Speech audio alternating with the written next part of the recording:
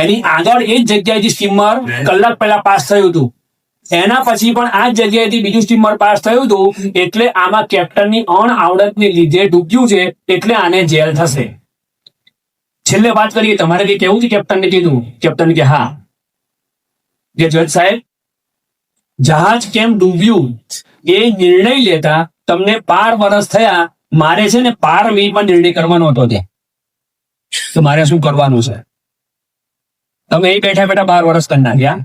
મારે on spot, on site, દરિયાની વચ્ચે નિર્ણય લેવાનો હતો. તમારી પરિસ્થિતિ સમજો. અને તે વખતે જજને ખરેખર લાગ્યું કે આ વાત સાચી છે, અને પછી એને છોડી મૂક્યો. તો પરિસ્થિતિ સમજીએ ને તો સામેવાળા વ્યક્તિને સમજ્યા કહેવાય. તો આ અંગે એક બીજી આપણે નાની સ્કીટનો લાભ પ્રાપ્ત કરીએ.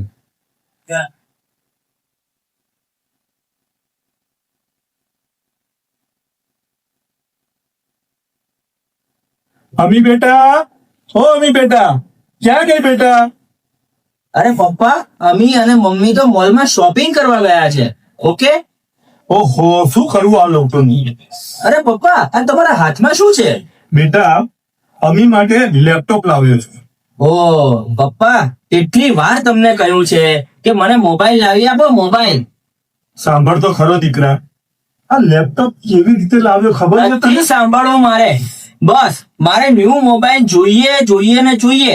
મારા બધા જ ફ્રેન્ડ પાસે લેટેસ્ટ મોબાઈલ છે, અને મારી પાસે આ જૂનું ડબલ્યુ.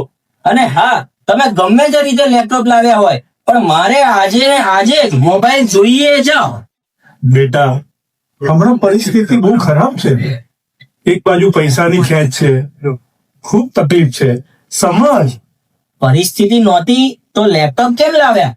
નહોતું લાવું ને, પાછા બોજો તકલીફ છે. સમજ બેટા, અમી હવે કોલેજમાં આવી એટલે તેને લેપટોપ જોઈએ. એ પ્રશ્ન તમારો છે. મારે મોબાઈલ જોઈએ આજે ને આજે જ.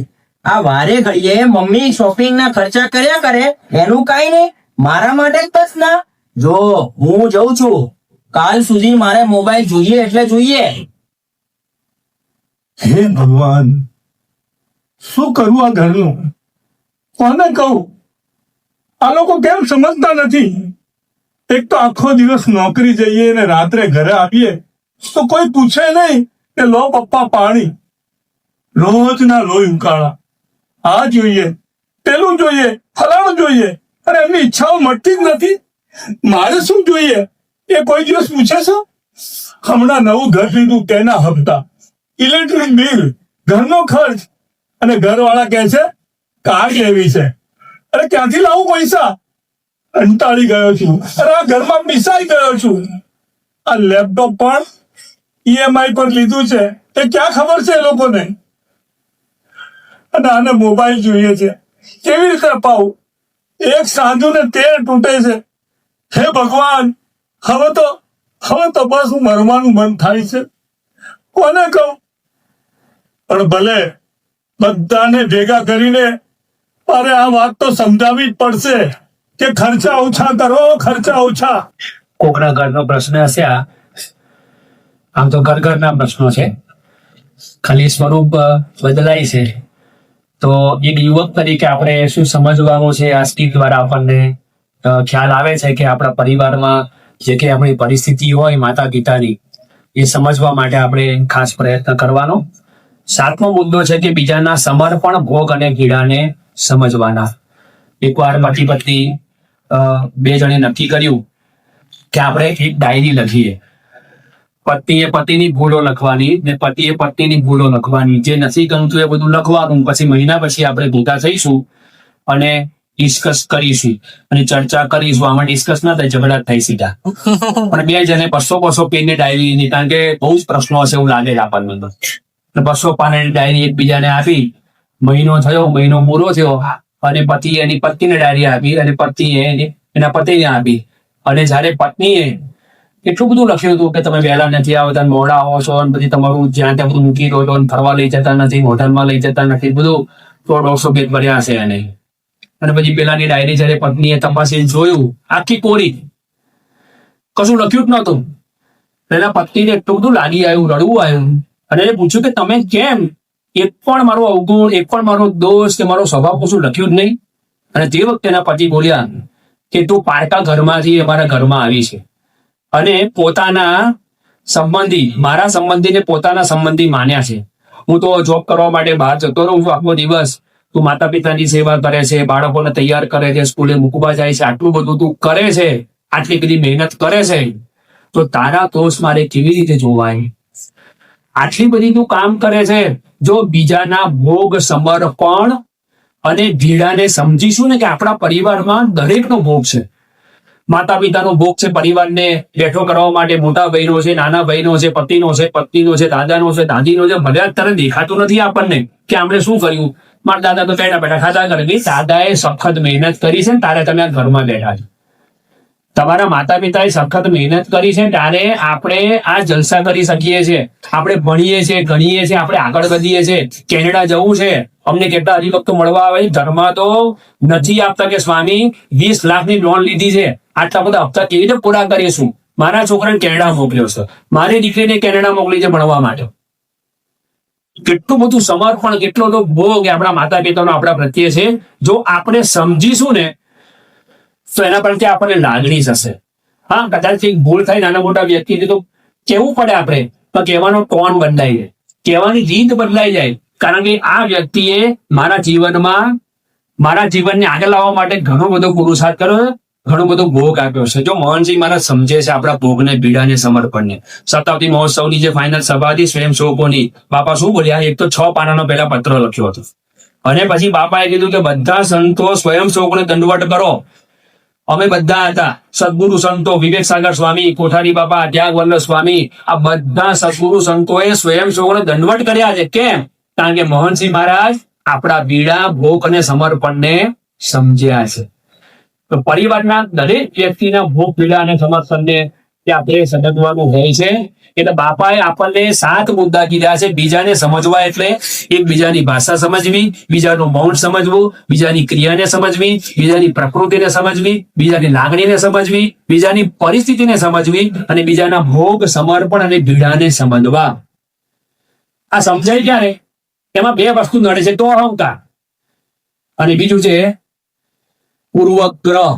પૂર્વગ્રહ એટલે દરેક વ્યક્તિ માટે આપણને પૂર્વગ્રહ છે. તમે જોજો, કોઈ વ્યક્તિ આપણે સામે ઉભો રહે ને, આ એટલે આવો માણસ, આ ગુસ્સાવાળો, આ લોભી. કોઈ એક પ્રસંગ બની ગયો હોય ને, એ પ્રસંગના આધારે આપણે એક સર્ટિફિકેટ તૈયાર કરી છે જે તે વ્યક્તિ માટે. પૂર્વગ્રહ, અરે ભાઈ એ બદલાઈ શકે છે, સત્સંગ છે. 5 વર્ષ પહેલા કે 2 વર્ષ પહેલા એનો સ્વભાવ હતો, પણ સત્સંગથી સ્વભાવ સુધરે પણ ખરો. જેમ દરજી હોય છે, આપણે એની પાસે જઈએ છે કપડા સીવડાવવા માટે. આ વર્ષે સીવડાયા, આ વર્ષે તમે આવતા વર્ષે જાઓ તો નવું માપ લે છે કે જૂના માપથી સીવે છે?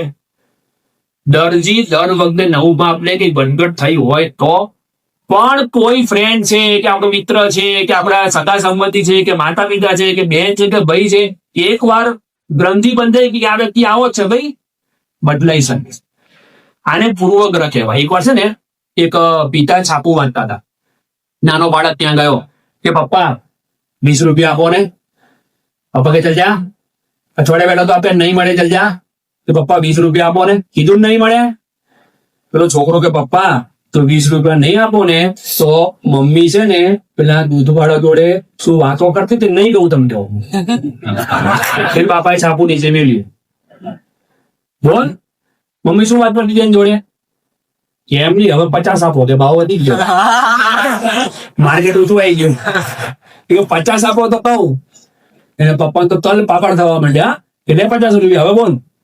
છોકરો હશે કમલાવાડી હશે લગભગ, એને ગજવા 50 નોટ મૂકી અને 2 સ્ટેપ પાછળ આવ્યો. પાછળ એમ કે પપ્પા મમ્મી છે ને એમ કહેતી હતી કે જો તું કાલથી દૂધમાં પાણી નાખવાનું બંધ નહીં કરે ને તારું દૂધ નહીં લઉં. છોકરો તો પૈસા પડી ગયા, એના પૈસા પડી ગયા પૂર્વગ્રહના. શંકા કુશંકા ઘરની અંદર આ જ ચાલે છે બધું. છોકરો મોડો આવે, આટા મારતો લાગે છે, આટા નથી મારતો. એ સભામાં ગયો હતો, મિત્રો જોડે બેઠો હતો, તૈયારી કરી, પછી શંકા કુશંકા. આ શંકા કુશંકાને લીધે જ છે ને લગભગ મોટા ભાગના પ્રશ્નો આમાં થાય છે. પતિ પત્નીના ઝઘડામાં કશું હોતું નથી. બોલો તમે જુઓ ઊંડા ઉતરો તો ખબર પડે, કશું જ ના હોય. તો સમજવા પ્રયત્ન કરો. Prejudice, it is easy to break an atom, but it is more difficult to break prejudice. અણુને તોડવો સહેલો છે, પણ કોઈક વ્યક્તિ માટે પૂર્વગ્રહ બંધાઈ ગયો હોય ને, એ પૂર્વગ્રહ તોડવો અઘરો એટલે મહા અઘરો છે. એટલે સમજવા માટે પહેલા પૂર્વગ્રહ છોડવાનો, માન છોડવાનું, મોટું મન રાખવાનું. મોટું મન એટલે શું છે? ભાઈ મારું ફેમિલી મોટું છે. હમણાં પરિવારમાં એવા પ્રશ્નો આવ્યા છે બધા, કેવા ખબર છે? 2 હરિભક્તો આયા કેવા કે સ્વામી, એક હરિભક્તો 2 દિવસ પહેલા જાય કે ભાઈ મારા પત્ની હજુ મારા પરિવારને પોતાનો પરિવાર તરીકે સ્વીકારતા જ નથી. એનો જ પરિવાર એનો છે, એના માતા પિતા, એનો ભાઈ, એના ભાભી, એ જ એનો પરિવાર. મારા માતા પિતા, મારો ભાઈ એનો સ્વીકાર કરવા તૈયાર જ નથી. એ હવે તો શું થાય ખબર છે? લગ્ન પહેલા તો પૂછે છે તે જુદા રહેવાના છો ભેગા રહેવાના?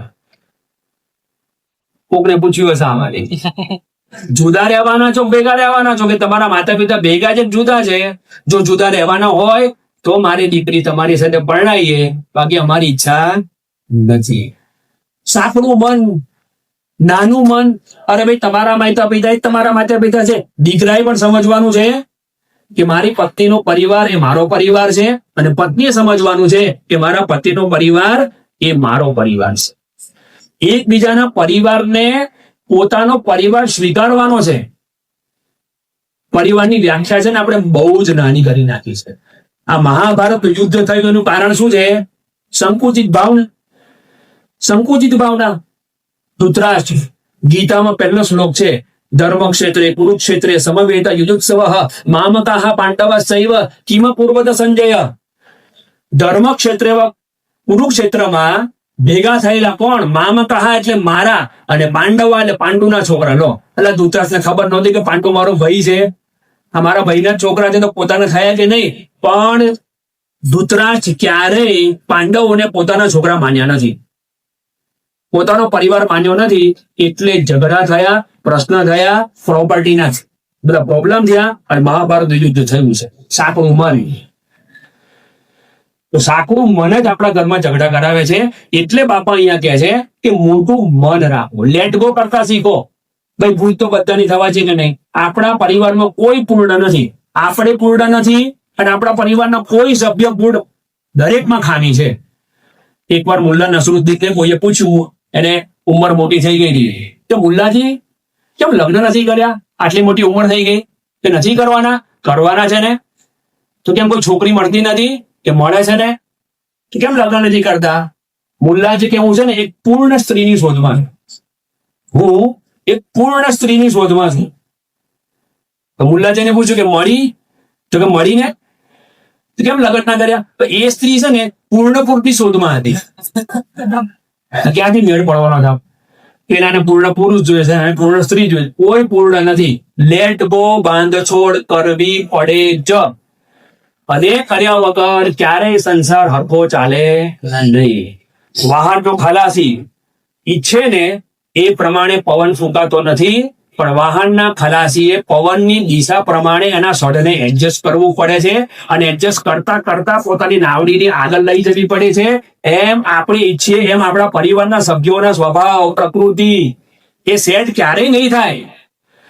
એ બદલાવાના નથી, પણ એની પ્રકૃતિ પ્રમાણે આપણે સેટ થઈને આપણા જીવનની નૌકાને આગળ વધારવાની છે. એટલે બાપા કહે છે કે એકબીજાને સમજવાની કોશિશ કરવી, મોટું મન રાખવું, અને આ બધા પ્રશ્નોના સમાધાન માટે ભેગા થવું પડે. પરિવારે ભેગા થવું પડે, અને ભેગા થવા માટે બાપા કહે છે ઘર સભા કરો. બસ અઠવાડિયામાં 2 વાર તમે ભેગો તો થાવ. તમે ભેગા થશો ને તો પ્રોબ્લેમ સોલ્વ થશે. ભેગા જ ના થો તો પ્રોબ્લેમ કઈ રીતે સોલ્વ થાય? ધૂન કરો, પ્રાર્થના કરો, થોડી ઘણી વાતો કરો, પછી ઘરની વાતો કરો. હા, થોડી ચડપડ થઈ હોય તો સોલ્વ થઈ જશે. આપણે કુકરને યાદ કરીએ. કુકરમાં સીટી આપી છે, ખબર તમને? કુકરમાં એક સીટી આપેલી છે. સીટી કેમ આપી છે? અંદરનું પ્રેશર જ્યારે વધી જાય ને ત્યારે સીટી ઊંચી થાય એટલે પ્રેશર ઘટી જાય. એમ આપણા મનની અંદર આપણા પરિવારના સભ્યો માટે ક્રોધ હોય, ઈર્ષા હોય, ગમે તે પ્રેશર વધી ગયું હોય, પણ આ ઘર સભામાં બેસો ને એટલે સીટી ઊંચી થાય. એકની ઊંચી થાય, બીજાની ઊંચી થાય, ત્રીજાની ઊંચી થાય. એમ કરતા પ્રેશર ઘટી જાય. અઠવાડિયામાં 2 વાર પ્રેશર ડાઉન થાય છે પ્રોબ્લેમ. તો ઘર સભા છે ને પ્રેશર કુકર જેવું છે. બધા પ્રશ્નોના સમાધાન ઘર સભામાં છે અને અત્યારે ઘર સભાનો પ્રોજેક્ટ પણ ચાલી રહ્યો છે. કદાચ કાર્યકરો તમારા ઘરે પણ આવ્યા હશે, પણ બધા આજે સંકલ્પ લો કે આપણે આપણા ઘરમાં પરિવારમાં ઘર સભા શરૂ કરવી જ છે. કદાચ પ્રશ્ન નહીં હોય તો પણ ઘર સભા કરવાની. બાપાને પૂછ્યું હતું એટલા તમે કે સ્વામી અમારા પરિવારમાં કોઈ પ્રશ્ન નથી તો ઘર સભા કરવાની જરૂર ખરી? બાબા કે અત્યારે નથી, ભવિષ્યમાં થશે પ્રશ્નો. એડવાન્સ બુકિંગ બાબા કે એડવાન્સ બુકિંગ છે આ. એટલે બાપાની આજ્ઞા છે આપણે બધા ઘર સભા કરવાની છે. એટલે પરિવારના પ્રશ્નોનું સમાધાન એના માટે બાપાએ 3 મુદ્દા બતાવ્યા. એકબીજાને સમજવાની કોશિશ કરવાની છે, મોટું મન રાખવાનું છે, અને એ બે ક્યારે થાય? જ્યારે આપણે સત્સંગ અને ઘર સભા કરીશું ત્યારે આપણા પરિવારના પ્રશ્નોનું સમાધાન થશે. તો મારા સ્વામીના ચરણોમાં ખાસ આપણે પ્રાર્થના કરીએ કે પ્રમુખ સાહેબ મહારાજે આપેલા આ મુદ્દાઓ એ આપણા જીવનમાં આપણે સાર્થક કરી શકીએ. શ્રી સ્વામિનારાયણ ભગવાનની જય.